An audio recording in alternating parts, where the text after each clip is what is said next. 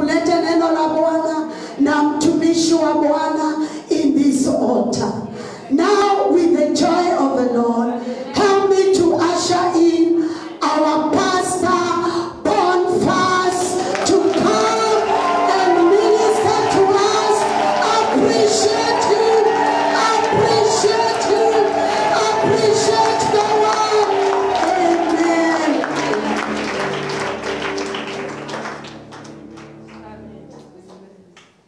Amen. God bless you. Amen. It's an honor. And maybe before I speak the word of God, I just want to appreciate God and to honor him for giving me this opportunity just to be part of what the Lord is doing. And indeed, you will never gather in the presence of the Lord in vain. And you see, the Lord knows how to make sure you are in his presence. There are two ways he uses. Either by revelation, the way you came, or by affliction, if you don't want to. And I want to appreciate Pastor Jane and the entire team of leadership and the Wailing Women for deciding to choose revelation to stand in the gap on behalf of Ongata Rongai. I think there's no any other place that there's a group like this ready to stand in the gap on behalf of the church. We are so honored for such an opportunity. My only worry is that the space is still too small. Nevertheless, every giant is born a baby, but it grows to become a giant. We thank God for that.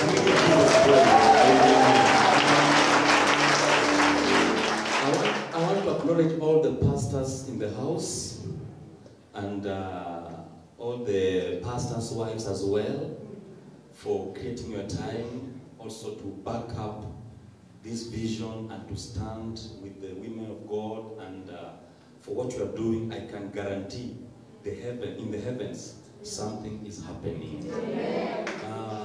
I came along with my girlfriend and my wife maybe she just wait for us. Amen. 14 years since I knew her, and after we finished giving birth, we are back to dating. We thank God for that. Amen. Now, before you sit down, I want to take some time to speak to us. Kindly turn to your Bible, the book of Luke.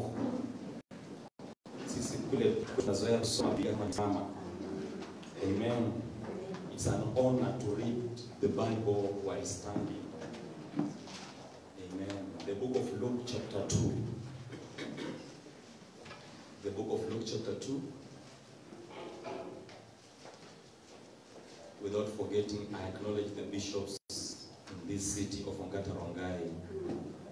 And we acknowledge their presence. We acknowledge Bishop Nderitu, Joga, and others. We also acknowledge what they are doing in this city. Amen. Are you there? Yes. Luke chapter 2, we are going to read verse 52, all of us at once, regardless of your version. Hata kama umebeba version ya Dholuo, Kikuyu, Kamba, tutasoma tu kwa ile version umebeba, okay? Yes. So 3, go.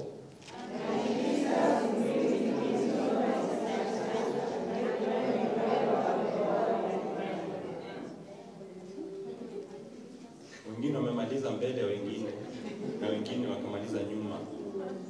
Nataka tena I want you to read like a pastor. You know you are a pastor, right? Yes. You are a prophet. You know when you talk about prophet, the Bible says in the book of Luke 16:16 that since John the Baptist, there are no more prophets who used to come and say, I see, I see. Every born again child of God is a prophet. Amen. Just like the title of firstborn. Firstborn in the Hebrew, every born again child of God is a firstborn.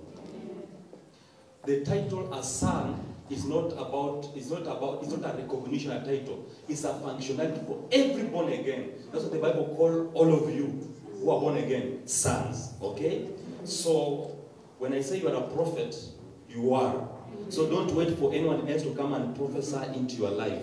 You can decree a thing, and it shall be established. 3, go. Jesus advanced in wisdom and in favor with God and man. Father, we thank you. In Jesus' name, we receive this word with our hearts full of gratefulness. And Lord, we love you because through this word, you are turning our lives around. In Jesus' name we pray. Amen. You can have your blessed seats. Amen. I love when I preach a place to write. Only those who note shall be noted. Amen. If God could not just speak and leave it, he said to note down a Bible for you, you also ought to write. The Bible says, the Holy Spirit spoke to John the Revelator, that whatever you hear and see, write it down. So it's very important to write down. Number 4. Number 4, always make sure you carry an offering. It's only a political party you don't give, and you can achieve. Other meetings za kuabudu Mungu, hata pia kwa waganga wanatoa. Number 5, never ever forget about inviting a friend and an enemy as well. Some of the enemies, if they come and the Lord changes them, your battle will be over. They will no longer become your prayer point. Amen. Amen. God bless you. Now, what I'm talking about to you today is something that is personal life, personal experience, and something that the Lord spoke to me when I asked him about what I should talk to you, and he told me, go and speak to my children about favor. Amen. I don't know why. I wanted to speak something else, but the Lord told me to speak to you about favor. And let me tell you one thing. Not everyone who is succeeding is sweating. Not everyone who is succeeding is sweating. There is what you can do and there's what God can do. There is a song amongst the believers that I've heard several times. And that song has a solution or an answer here in what we're doing today. Every time, you know, some people do not know what happened after we started the Wedding Women. Some people almost, the leaders, almost kicked me out of the ministry because they thought I'm doing business with the meetings in our churches. You know, any preacher who will see your wallet before seeing your heart is a thief. And the war broke up not only from my ministry, but also from Rongai pastors. And I'm not afraid to say that. Some even hired goons to come and threaten me with my wife. Some did a lot of funny things. Let me tell you one thing. You cannot touch a man or a woman who's the hand of God. You can't do that. Every day we meet people. I don't know, Pastor, if you have met this, but people say, Pastor, can you connect somewhere? Can you connect me? Give me a connection. Open for me a door. So when people see you succeeding, they think you are succeeding because so and so connected you. Any favor you receive from men is temporal. But the favor you receive from God is eternal. Amen. Hallelujah. Amen. And the Bible says, and in wisdom, obtaining favor with men and favor with God. Now, I want you to know that when Adam sinned, we all sinned. So you are not a sinner because you sinned. You are a sinner because you are born in Adam, who sinned. Therefore, you are counted as sinner. And listen, when God created Adam and Eve, he expected them to have dominion, to replenish the earth. There are 5 blessings that God expected Adam to undergo. Now, one, he said, be fruitful Number 2, he said, multiply. Number 3, he said, replenish the earth. Number 4, he said, subdue it. And number 5, he said, have dominion over the birds of the air, over the fish of the sea, and over every moving thing that moves upon the earth. But when this happened, the devil was jealous. I want you to follow me very closely so that you can know why the enemy has been attacking you. The devil was jealous. Why? The devil was created before anything physical. And when he was created as a ministering angel. Now, angels are ministering spirits commanded to minister to you or to serve you. But after God looked at everything he had created, he did not see anything good that looks like him. And therefore he did what? He created man in his own image and likeness. In his image, it means you look like God. In his likeness, it means you function like God. Hallelujah.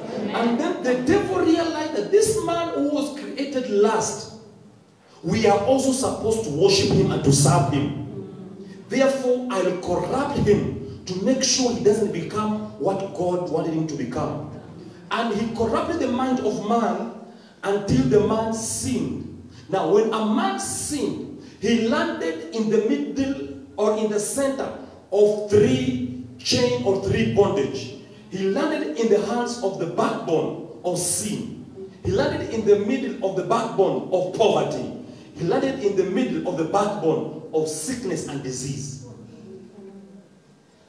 But when you received Jesus Christ as your personal Savior, I want you to know one thing. The Bible says in Psalms 119 verse 130 that the entrance of the word brings light and it brings understanding to the simple. So one can be bound in his mind and one can also be bound physically. Now, when you received Jesus as your personal Savior, I want you to know one thing. All the 3 chains were broken. I don't know whether I'm talking to somebody here. When you received Jesus as your personal Savior, the backbone of sin was broken. The backbone of poverty was broken. The backbone of sickness and disease was broken. But now listen to me. It is what your mind focused on when you got born again that you are receiving today. Now, many believers, when they received Jesus Christ, they believe that their sins have been forgiven and they are born again. But they forgot that their poverty was also destroyed and that their sickness was also destroyed. And that's why you are born again minus money in the pocket. Listen to me. Talking in tongues minus money in your pocket, you are a madman. Now, if you find someone speaking in tongues and looking crazy, how do you call that person? No child of God was born poor or rich. God created his children. It's for you to decide to take what God has given to you.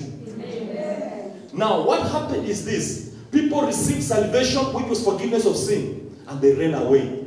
Instead of picking their wealth and their health at the same time, of which it was given to you. Amen. Amen. And now the enemy has tried to enslave the church so that we look like beggars every day, everywhere we go. We are not beggars. We just made a declaration here that we are the sons of God. We are a royal priesthood. We are a chosen generation. Peculiar people, unique people, called out of darkness into marvelous light to show forth the glory of him who called us. Now, there is a virtue from heaven. There is a virtue from heaven. You cannot see with your eyes. You can experience in your life. It is the favor you carry that determines the quality of your life. In other words, the favor of God is the maker of destinies. A life without God's favor is a life full of struggle.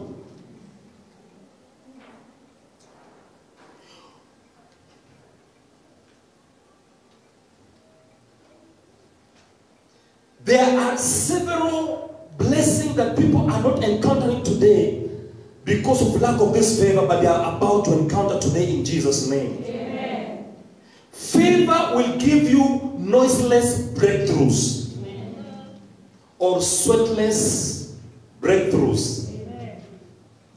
What is favor? Number one. What is favor? Number one. Favor is the flavor of God. Some people have heard about God. They have not experienced God. Kuna watu wamesikia tu kuhusu Mungu, lakini hawajakutana na ule utamu wa Mungu. Listen. Favor is the flavor of God.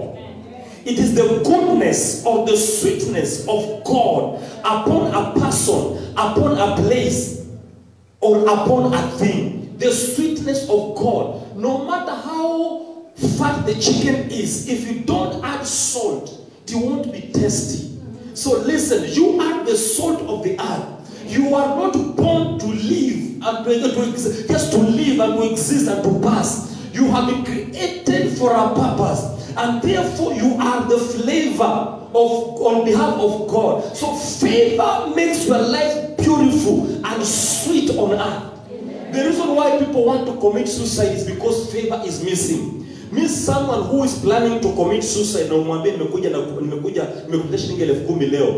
postpone.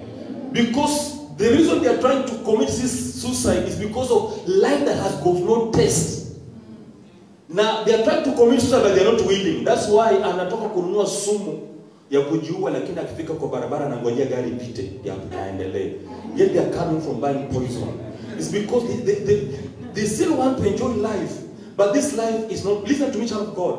Without favor in your life or in your marriage, if it is in your marriage, listen to me, everybody needs favor, including marital favor. If you don't have marital favor, instead of marrying a partner, a prayer partner, you marry a prayer point. Every day you are in Catoloni, praying over the same person, criticizing, castigating, cursing the same person, bringing them down, thinking of what to do or how you can kill them, because there's no faith. You don't see anything cool in that place. Listen to me, child of God. From today, I want to declare to you that the sweetness of the Lord, the goodness of the Lord, the wonderfulness of the Lord upon you, it shall be like a perfume poured forth. That wherever you go, the sweetness of the Lord shall rest upon your life. In Jesus' name. Number two, favor is the cure for man's emptiness. Favor ndio dawa ya utupu mikononi. The cure for man's emptiness. Exodus chapter 3 verse 21. Biblia inasema kwamba God said to Moses, I will give my people favor before the eyes of the Egyptians, that they will not leave Egypt empty hands. They will live with things. It's not possible for a house girl to share the same ornaments with the boss. It's not possible. But because the Lord is resting upon you, that He shall cure every emptiness in your life.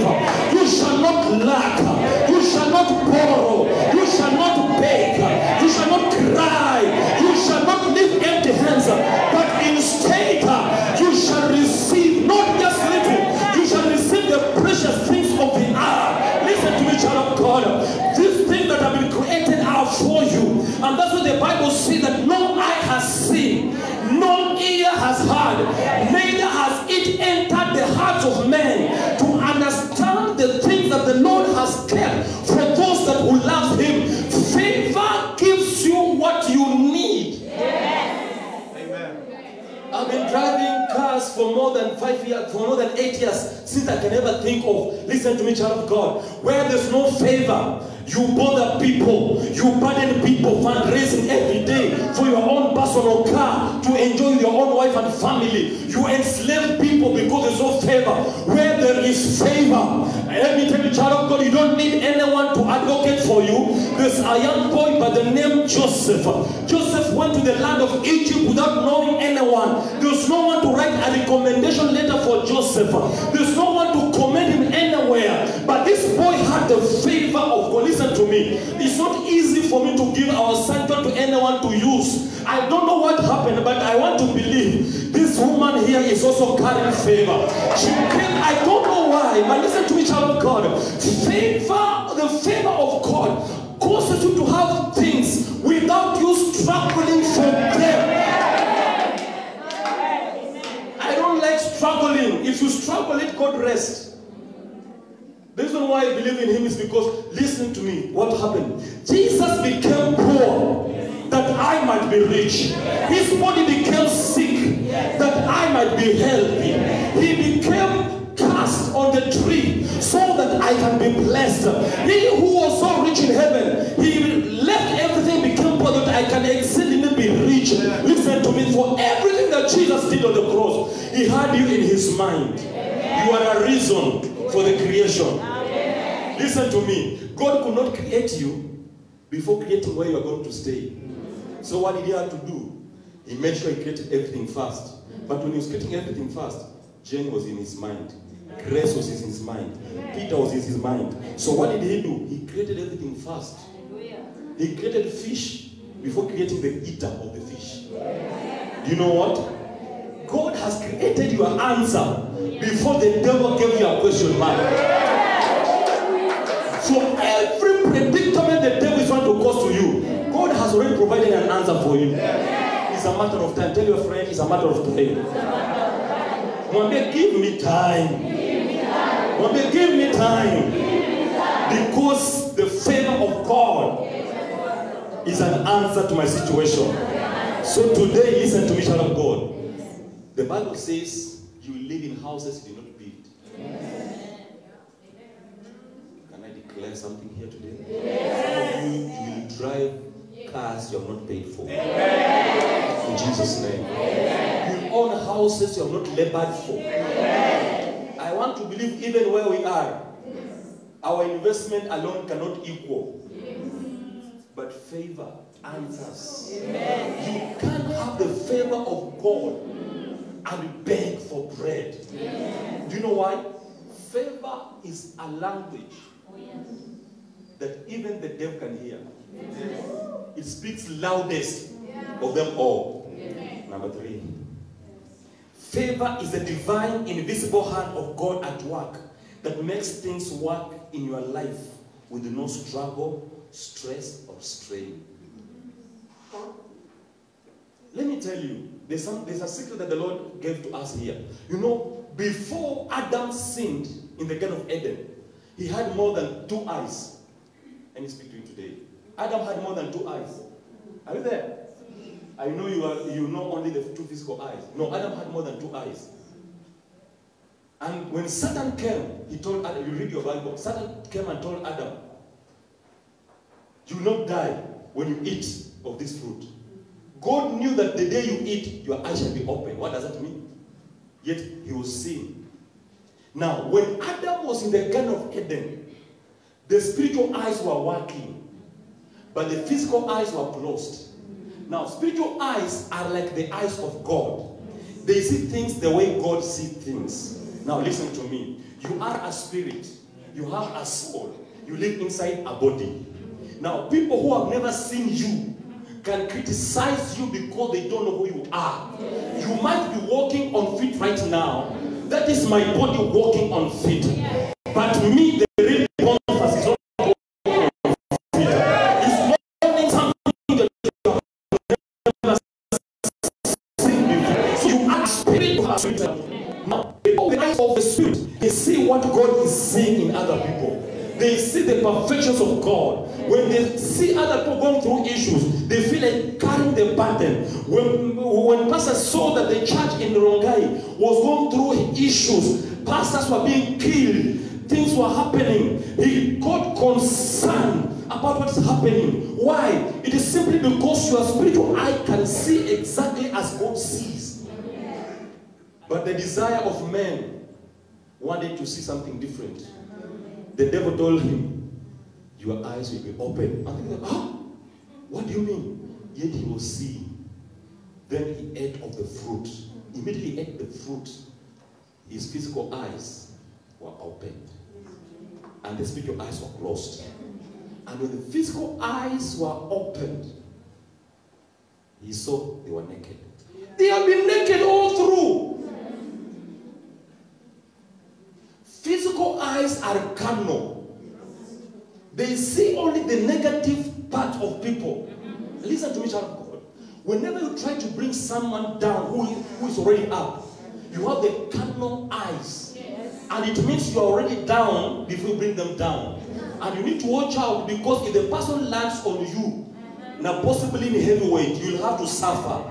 Now listen to me, child of God. All the time be determined to raise someone up. It means you are having the spiritual eyes that are open. So what happened in this place? Because the physical eyes have been open and this guy did not know what to do, God started the journey to redeem mankind. And what did he do? He had to kill an animal, create a clothing garment for who? For them.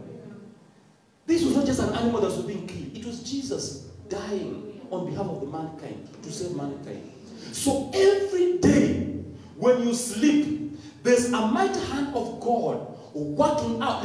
Don't tell me it's because you are able to pray much. Your prayer alone. You know how old is the devil? Older than your grandpa. Your prayer alone cannot make you enjoy what you're enjoying today. It is the hand of God behind the scene you cannot see. Listen to me. The things people call accidents, there's no accident. There's nothing called accident. Yes, there's nothing called accident. Listen. The things people call accident are things that the devil planned before in the realm of the spirit and programmed them. So what is happening, they are only being fulfilled as per the devil's calendar. But because you do not know, as a spirit man, you think it is what? An accident. But from today, listen to me. Any blessing that gets you out of surprise will leave you without you knowing.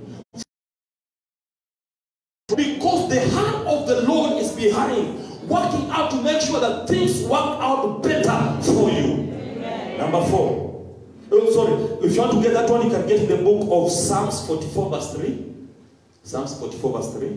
You can read on your own. Number 4.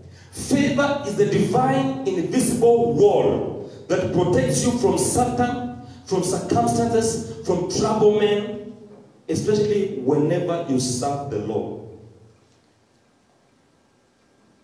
Now, the battle you receive is determined by the destiny you are carrying. The battle you receive is determined by the destiny you carry. You can't go through the same battle if you are going far with someone who is going closer here. Therefore, when the Lord allows you to enter into a wilderness, I give you an advice. Don't run away out of the wilderness before the Lord is done with you. Changing your school will not exempt you from the exam. Even in the new school, you'll still be given the exam. Many people have run away from exam. They think if I run away from Rongai to Kisenia, I'm exempted. Unfortunately, all the invigilators come from the government. You still have the same exam. Now you are crying. You can't see anyone. Can I tell you something?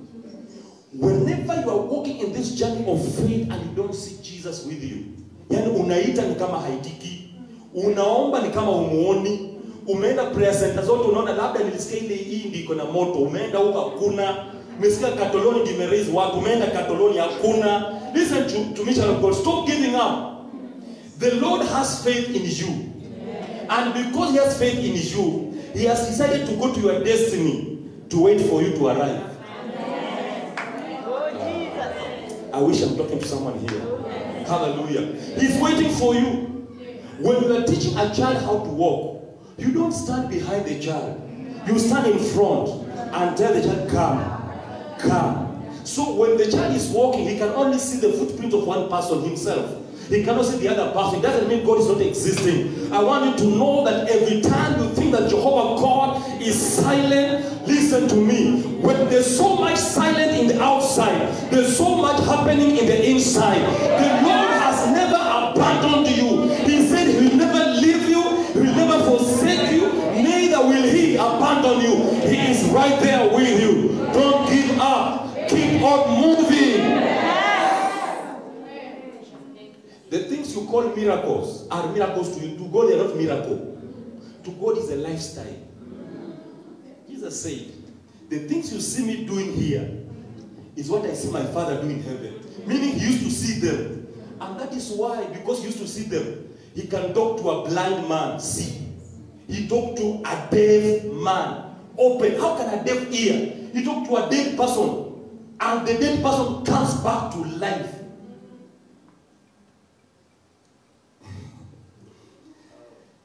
Job did not understand what was happening. You can read the book of Psalms, chapter 5, verse 12. When the Lord had protected Job, it was the age of protection that the Lord was using to preserve and to protect Job. And that's why the devil said to God, this man loves you because you have protected him with an edge. It is favor that protected him. Not mwakali, not sekiriko, alam, nothing. From today, no spiritual or physical weapon that shall be forged against your prosper. Amen. Anybody trying to curse you, they are cursing themselves. Amen. I know today we have people who are so much into cursing people. Can I tell you something? Sometimes these things zinakufikia because of fear. Because fear. Because listen to me. The image you keep in your mind long enough is what eventually comes to be. If you focus more on Jesus, your issue will appear small. And the smaller it appears, the faster it disappears. Amen. So let no one tell you, I will curse you. Let them curse. And anybody believing in a curse is a witch. God has never called anyone to curse anyone. Nobody. If you believe that curses are working, you are a witch doing the same. Only wounded people will wound other people. Hurt people will hurt other people. People from broken, destroyed families, if they don't meet the grace of God, they will also want to destroy others. Now listen to me. Blessed people, they will bless other people. You can't be talking about Jesus Christ. Listen to me. The whole Bible from the first page to the last is all about the amazing love of Christ. And we are here to do, to proclaim, to live the life of Jesus Christ. You cannot be preaching Jesus. You cannot be talking about Jesus and you are cursing people, castigating them, talking about them. Wengine wamekuwa ni kama agents. Sasa wao ndio wanatumwa tu. Enda angalia wanaongea nini. You know the devil has just enslaved you. Oh, but I don't know, you have just been enslaved. You have no time for that. You have time to praise the Lord and to behold the beauty of the Almighty. Hallelujah. What a God we serve. I'm going so because I want you to get what I'm talking about. Amen. Never curse no one. Never curse no one. If you see your friend being blessed, your neighborhood being blessed, celebrate with them. Because if you see God in the neighborhood, He's just about to come to your compound. Si hapo karibu tu. Satafuka na ameingia. Kwa hiyo achana ukiona mwingine anabarikiwa. You know, jealous keeps people on the track to monitor people's life, how the life is going. By the way, you cannot study my life. You cannot. That's why people say, hey, you are devil worshiper. Hey, it's because you believe it's only the devil can bless you. Who told you nana amana muganga akiendesha Range Rover? Hana. Hata nyumba hana, anatembea bila viatu. People think that waganga, they have no power. The reason why people cannot understand some people like me is because I allow God's favor to work. Amen. So when you are watching what to do, God surprises you. See me on the other side. It's favor. Amen. Favor. You think now standing here is just a joke that I just came, I stood here? This is favor as well. How many pastors want to stand here? They can't get it. It's favor. And you still can't give what you don't have. I have favor. Stop giving what I have. It's favor. Hallelujah. Favor brings unlimited supply. Not jealous. Now jealous people talk, they see with their car. In your loan. Haki in your loan. Jealous talking. Wanaona umejenga nyumba. Aka kamaangukia nini? Hii ni loto ama ni nini? Jealous talking.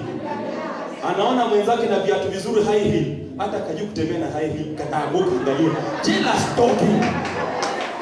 Anasikia unapelekwa Dubai. Kwani Dubai kuna bonge na majini ya Waarabu. Kwani unajua na majini? Nonsense.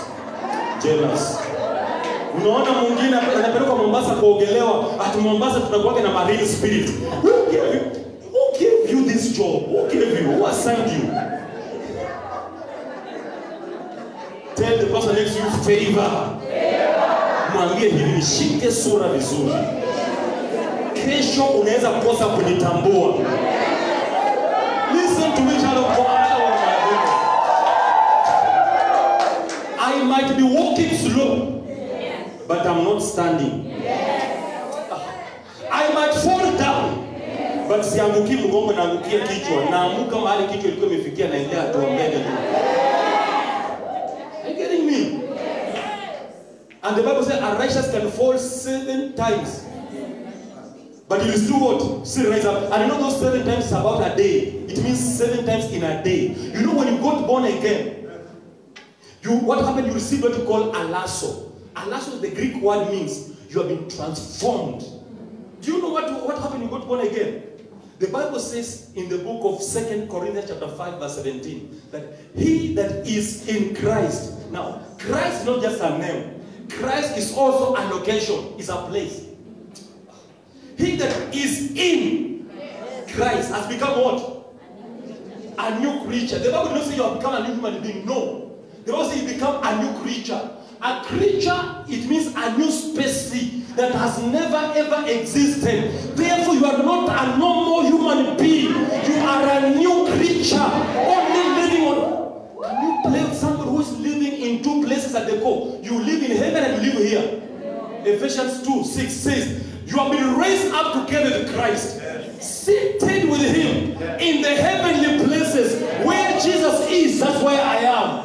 Where he rules, that's where I am. Listen, you don't understand. The Bible says in John 15, Jesus is the vine. I am the branch. Now, the vine and the branch is the same. If the vine dies, the branch has died. If the vine is still alive, the branch is still alive. If the vine moves, the branch also moves. So Jesus is the vine. I am the branch. What is my name? I am a Jesus. Hallelujah. You know, some people think when I say I'm a Jesus, it's a blasphemy. But with small j. Because we have the Mr. Jesus, big capital J. You are a Jesus. If you are a vine, huh? I get what I'm talking about? Yes. You are a who? The Bible says, don't you know that you are a God? Now you are a God. And you are a who? A Jesus. Now if you are a Jesus, can you just become crazy today and say, I want to manifest the power of him that I carry in my life? You look around at what you don't have and you declare a word. You look at your children and you decree a word. The Bible says you shall decree a thing and that thing shall be what? Shall be established. The reason why you are declaring is not being established because you are declaring from a defeatist position, not from a conquering position. Declare like a child of God. Anybody born again, you are born from heaven. Everything about you rules from heaven. You control from heaven. That's who you are. Mami, stop crying every day. Mume wako amekuwa prayer item. Umemwandikia majina yake kuombe, umepeana picha zake kwa watu wamuombe.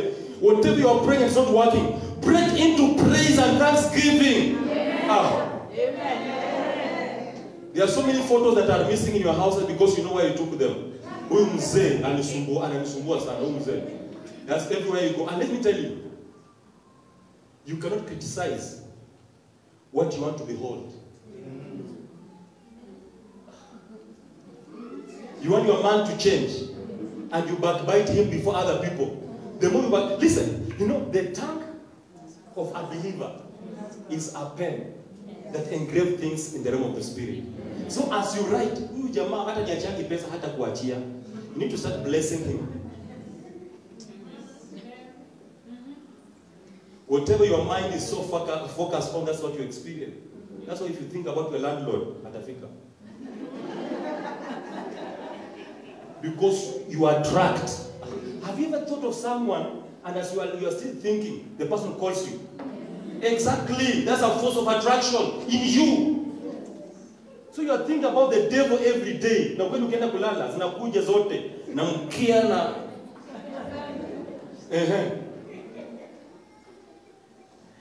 The Bible says, greater is he that is in you than he that is in the world. Now, okay, let us just be open here. The Bible says that those who are born again, your bodies are the temple of the Holy Spirit, right? Yes. Now, if your body is the temple of the Holy Spirit, can the devil and God live in the same place? No.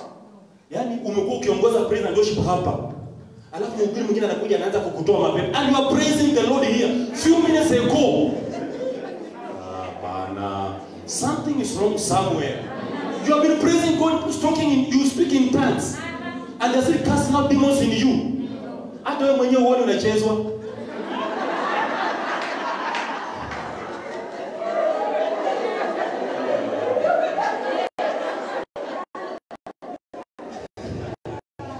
Praise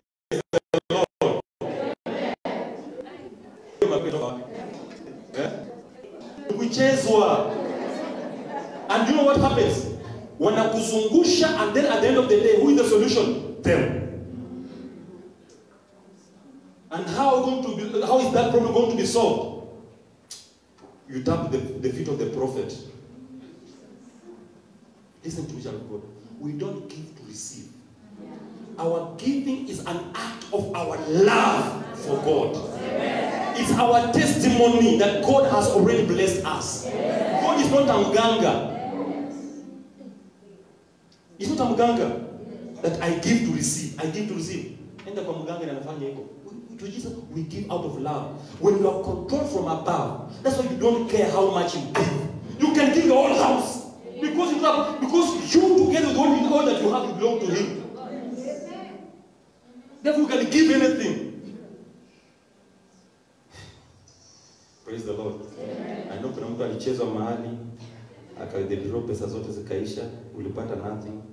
I'm surprised if you got anything. Number 5.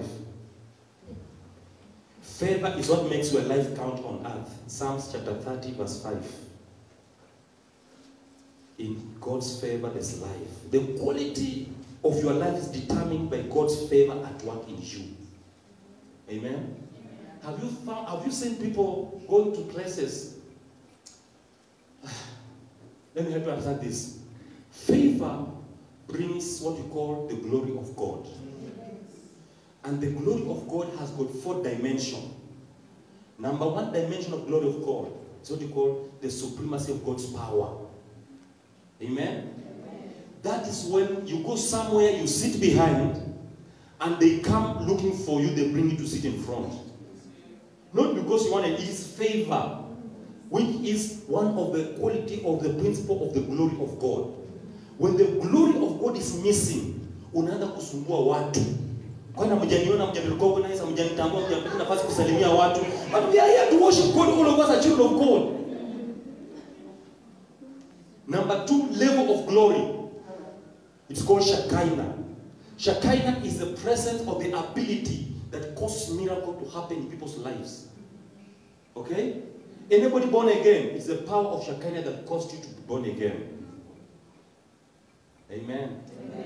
Unaweza ita Shekinah ama Shekinah ama Shakila, whatever, based on where you come from.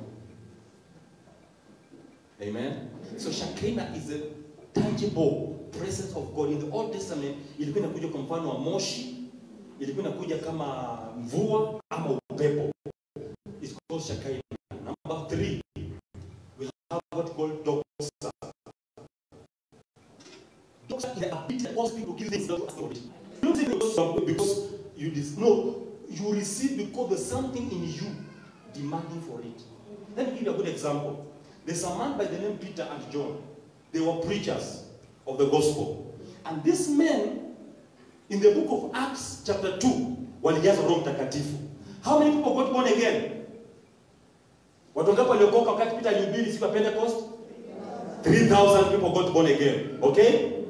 In the book of Acts chapter 3, and remember the Bible says, and the church grew day by day.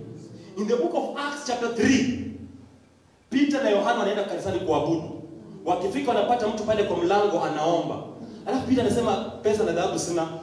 How can a pastor of 3,000 members lack money? Huh? He had no money. He said, I have no money. The only thing he had was the name of Jesus. My friend, I cannot just have only the name. I want to have the name Jesus and his money. Poverty, you know, has anyone here been brought up from poverty? Do you know how poverty is bad? Huh? The voice of a poor man is so low, no matter how loud you shout. Consider two people going to withdraw money kwa M-Pesa. Mwingine anatoa 200 na mwingine 10,000. Wewe 10,000 naweza withdraw ngapi? 10,000. Wa 200. Naweza withdraw ngapi? Poverty. And then people say, at mimi maskini wa Mungu maana Yesu, this gospel that Jesus was poor, please, you need to stop it. I don't know which Bible you are reading. Jesus was never poor. I want to put it clearly. Jesus was never poor. Are you together? Yes. Who want to follow a poor God? Me? No way. Jesus never ate a dry bread. Every time Jesus is eating bread, his bread was buttered by fish. How many of you today, you use fish to butter your bread? You can't afford, you are too poor. Just listen to what the Bible says. When Jesus died, the disciples came for the body of Jesus, they were denied. But a certain rich man came, he was given the body. Because he was rich. The wisdom of a poor man will be ignored. But the words of a wealthy man will be considered wisdom and put in books of records. Do you still have maskini wa Mungu bado? Uzuri ni maskini wa Mungu, si maskini wa pesa. Poverty mentality. Look at Jesus. When he was crossing over the Sea of Galilee, what was he doing? Sleeping on a cushion, on a pillow. 2,000 years ago, someone sleeping on a pillow. Back left. Was that a poor man? Look at your Bible. 2,000 years ago, back left. Do you know poor people don't sleep while traveling?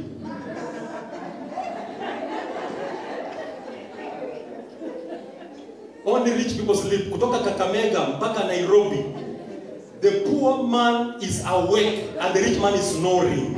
And then the rich man anaamka kusumbua the poor man. Musa tumefika wapi? Tuko Gilgil. Anarudi kulala.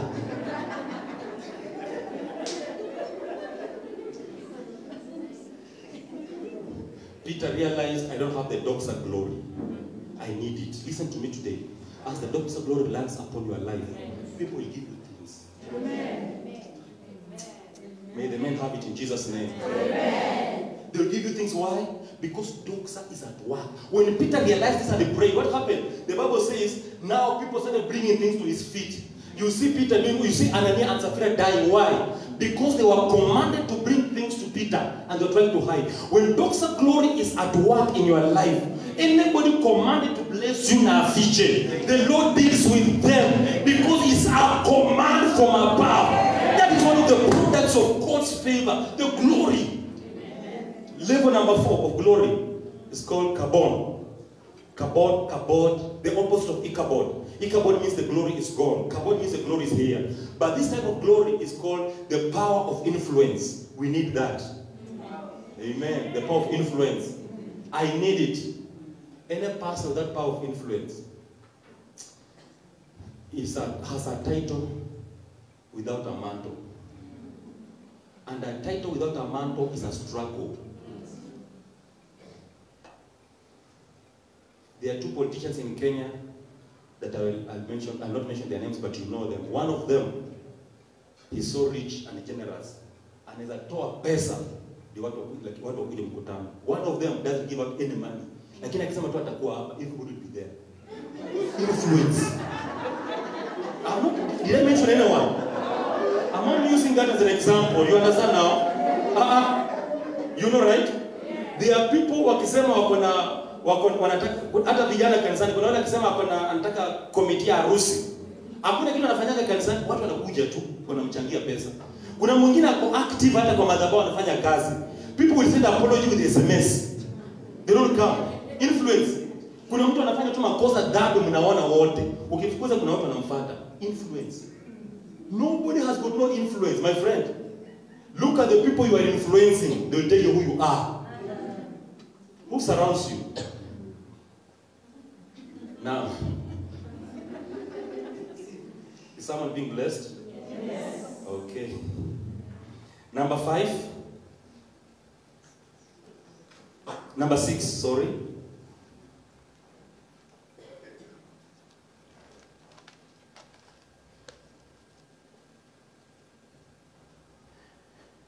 It is the force of establishment. There are people who keep on rising and falling, rising and falling. They can tell you, I used to drive my own car, today Hana Gari. I used to own this, Leo Hana. It's because only the favor of God can establish you. Psalms 30 verse 7. Psalms 30 verse 7. Now, nataka kuwapatia how do you get this, but I'll not preach about it, just give you the solution. How do you get this favor? Now, if you do not make sure from here, get favor from a friend. Okay?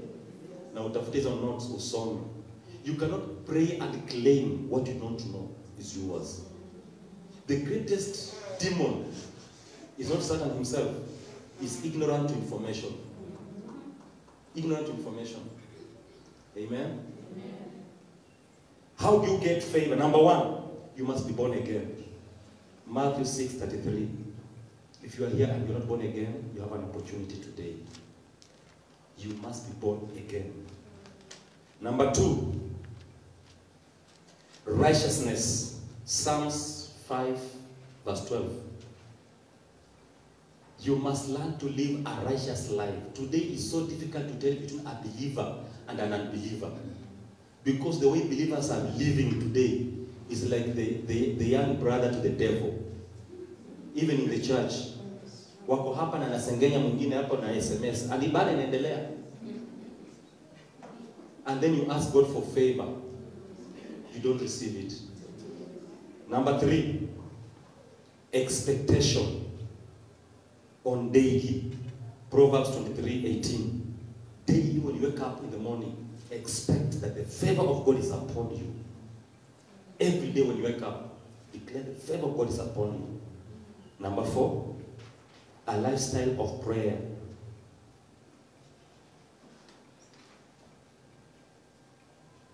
Those who look for God, men will always look for them. Prayer should not be a day just like tumekuja. Do you know the meaning of the word kesha? Nasikia mimi naenda kesha. Kesha sio kukuja hapa usiku kuomba. Kesha means being in the spirit 24/7. All the time. That's the meaning of the word prayer or kesha. So when you live a life of constant prayer, favor becomes automatic. Amen? Amen. 1 Chronicles 4 verse 9 to 10. Number 5, become an instrument of favor to others. How many people in your closets are thanking God for you? Luke chapter 6 verse 38. Give to other people and it shall be given back to you. This scripture, many people use it for offering. It's not for offering in the church. The Bible says, give to people, not to God. Give to people things. And the same things will be given back to you. Full measure, pressed down, shaken and running over. I want you to do this every day. Make sure there's someone who is giving thanks to God because of you. Because you touched their lives. Favor will become automatic. When you favor people, you also harvest favor. If you pray so much, you will receive people praying for you. You'll have good dreams and visions. Galatians 6:7. Do not be deceived. God is not mocked. Whatsoever a man sows, so shall he also do what? Reap. So don't expect to sow prayers and you harvest money. God will be breaking his own principle. It doesn't work like that. So if you pray so much, you'll never miss people praying for you. Visions and dreams will ever be constant. But money in the pocket, missing.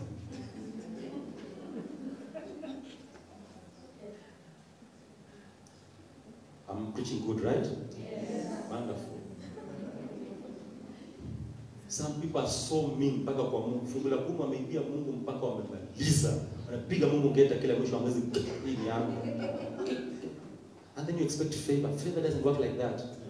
Favor doesn't work like that. Amen. Kama mwenye alikuroga alipeleka Range Rover kwa mganga kama sacrifice. Now when the much you have given to church as a sacrifice 50 bob.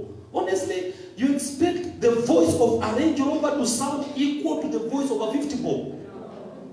And remember, every altar has a voice. And the voice of an altar is amplified by the sacrifice it receives.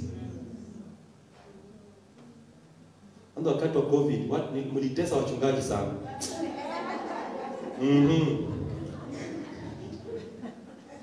Alikuwa anasema wacha sasa tuone atutumi. Now you see, like, for example,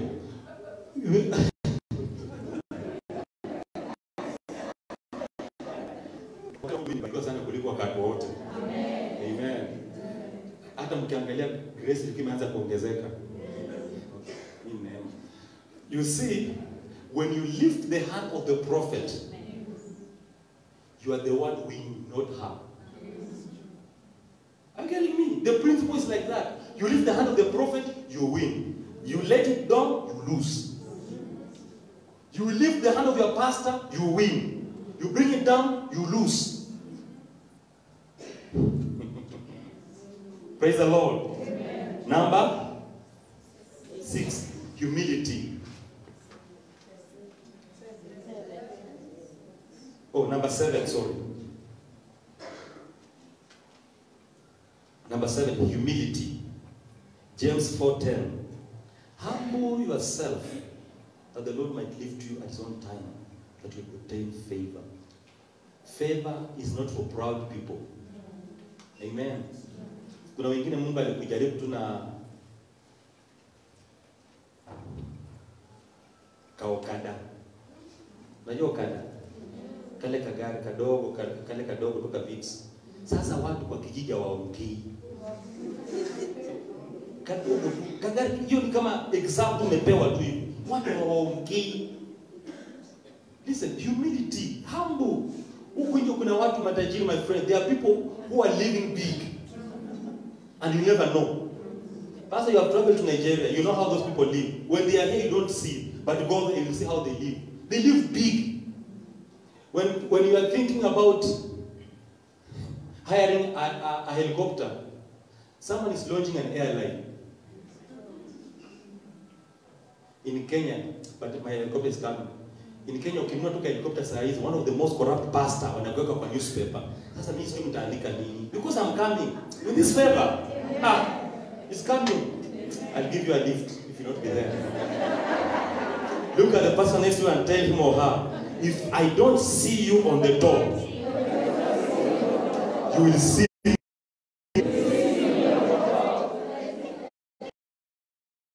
Eight, positive thinking.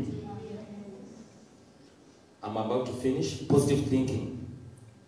Proverbs 23 verse 7, the Bible says, as a man thinketh, where? In his heart. Not just thinking. Finish that statement. Usiwe kusoma Biblia nusu-nusu, itakupatia wrong interpretation of everything altogether. As a man thinketh in his heart, not here. Any information that lands here is only informative. Until it lands to the heart, that's when it becomes transformative.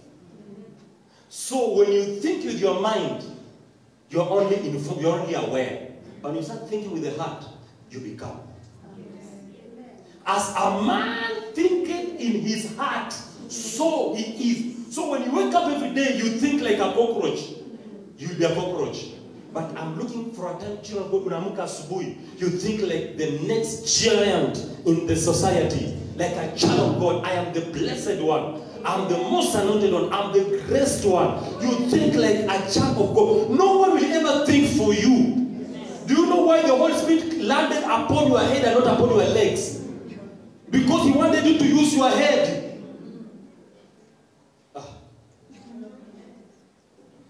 Think. Think. Your head is also for thinking. Amen. Think big. Even if it looks like you are thinking. For example, the last 5 minutes before you sleep are very important for you. Okay? Hata kama umepitia mambo mengi the course of the day, please don't allow yourself to sleep thinking about those things. Withdraw from them and start imagining other things that are better. Think about them until usingizi ukuchukue. Because the subconscious mind of a person will always go for the last images that was left in the database and use that to create life for you.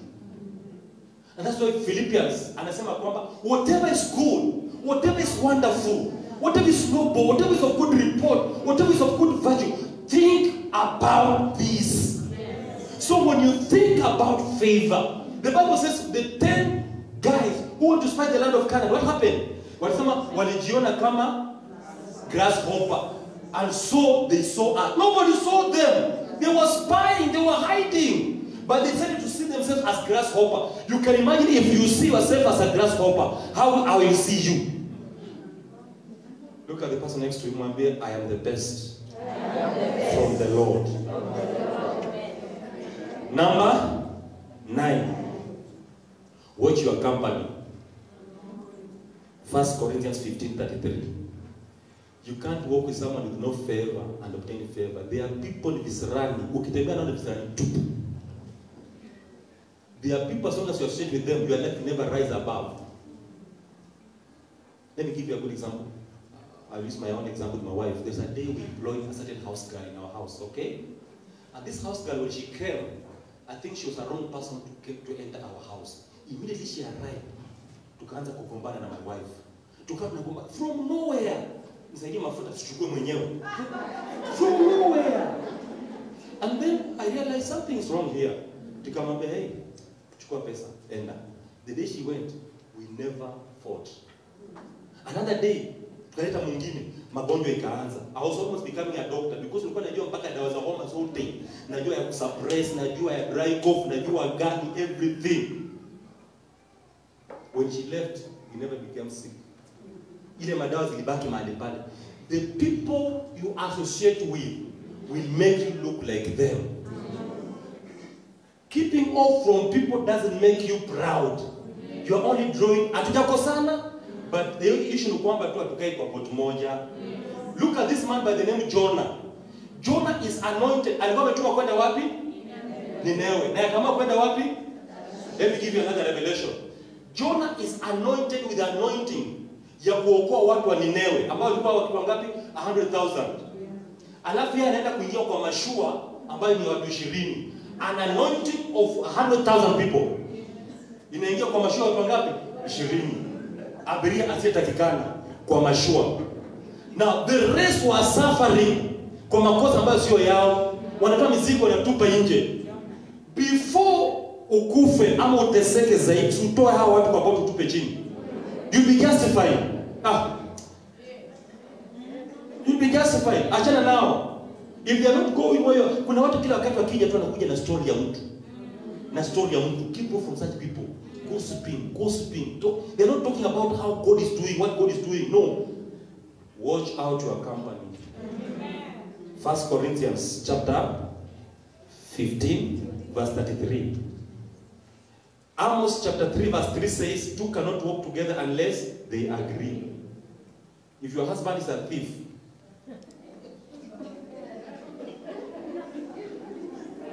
have I said anything?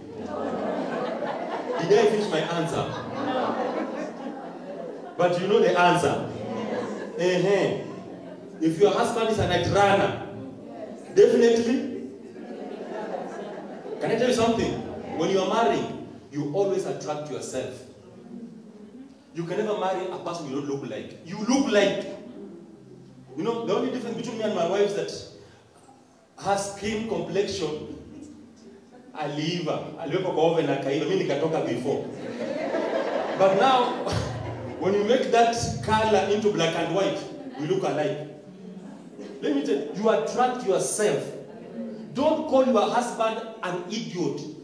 It's because you are a female idiot married to a male idiot. You attracted yourself. Don't ignore companies. Amen? If your company is not adding value, change. You are permitted. Number 10. Regular appearance in Zion. Like the way we are here, we are appearing in Zion. Every time you come to Zion, you go home transformed and favored. Number 11, divine guidance. Don't do anything out of a feeling or a willing. Opportunity doesn't mean God is saying. Opportunity is not the will of God. Listen to the voice of God, to the leading of the Holy Spirit. Psalms 23 verse 2. Number 12, positive declaration. I want to stop with this. Positive declaration. Every time you wake up, declare positivity upon your life and upon your children. And so shall it be. Amen. Amen. Amen. You are favored. Amen. In and out you are favored. Amen. Before men and before God. Amen. Outside and in you are favored. Amen. In your own family you shall be favored. Amen. Stand up on your feet to pray. In Jesus' name.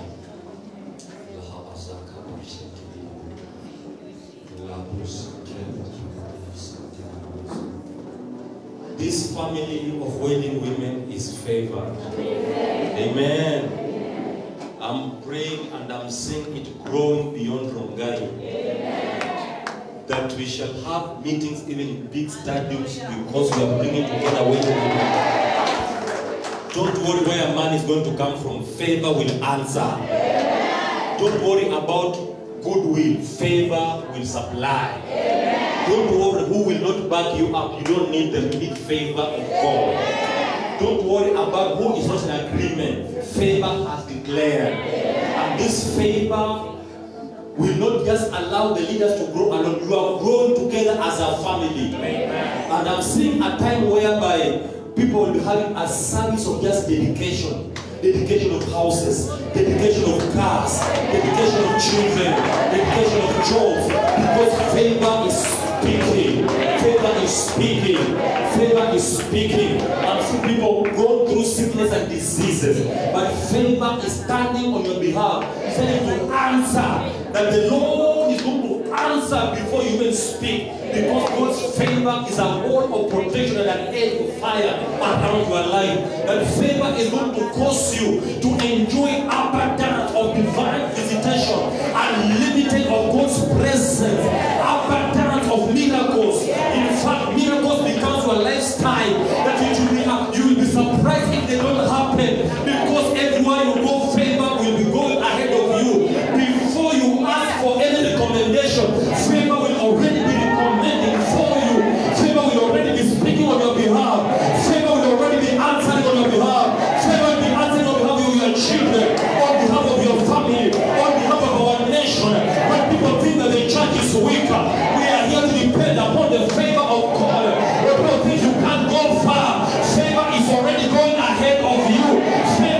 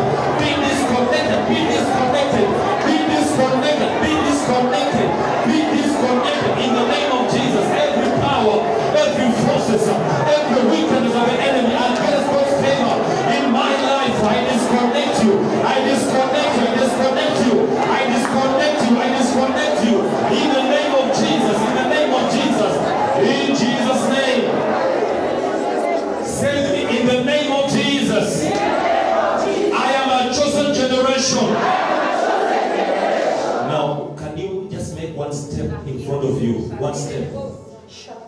Declare with me, say, in the name of Jesus, I have just entered my unlimited favor.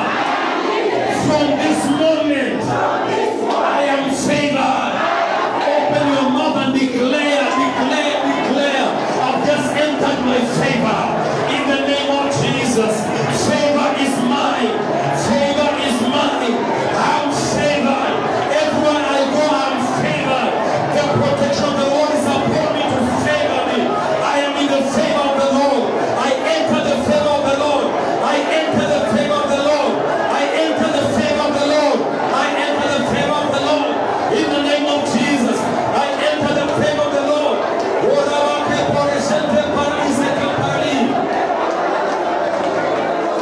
In the name of Jesus. Now say with me, Father, in the name of Jesus, favor our fellowship today. And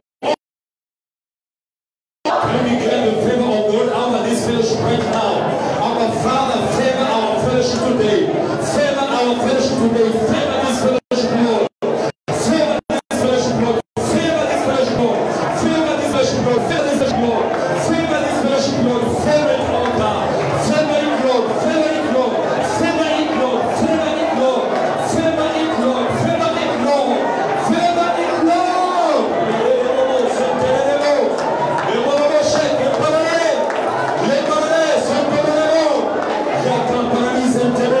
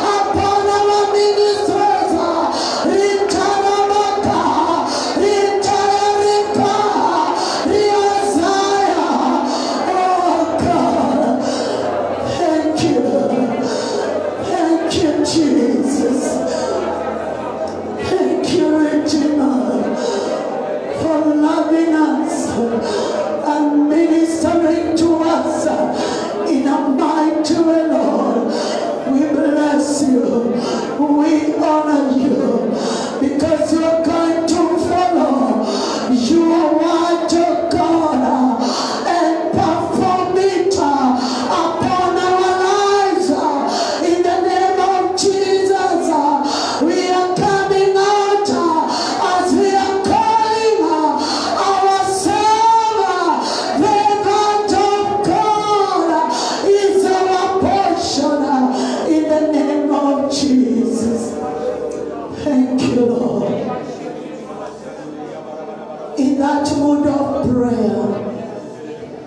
want to pray for the man of God.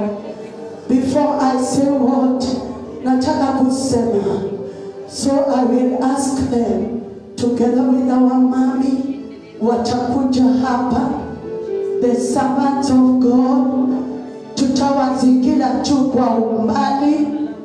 Shakarabakanda.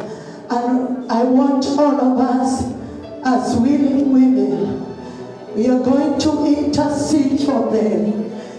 We are going to declare that favor of God is more in their lives, in their families, in the ministry God has given them. To declare that favor, to declare divine protection. Servants of God tukaribie, watumishi wa Bwana hapa karibu, hata kama tutaingia kwa altars wote tuje tu hapa. The debt we have for these servants of God is just to pray for them and to declare the blessings of the Lord for what they did for the winning women. The debt we have is to declare the divine protection of God upon them. All what we have is just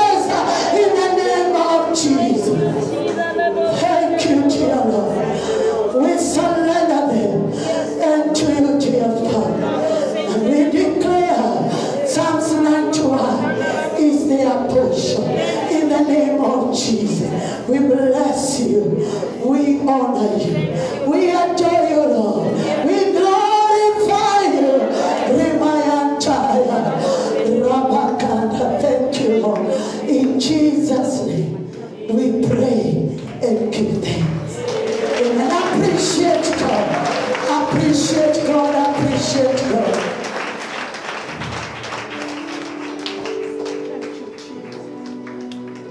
The anointing of God. When the man of God was preaching about favor, I was telling God, let it be his portion. Niko na testimony of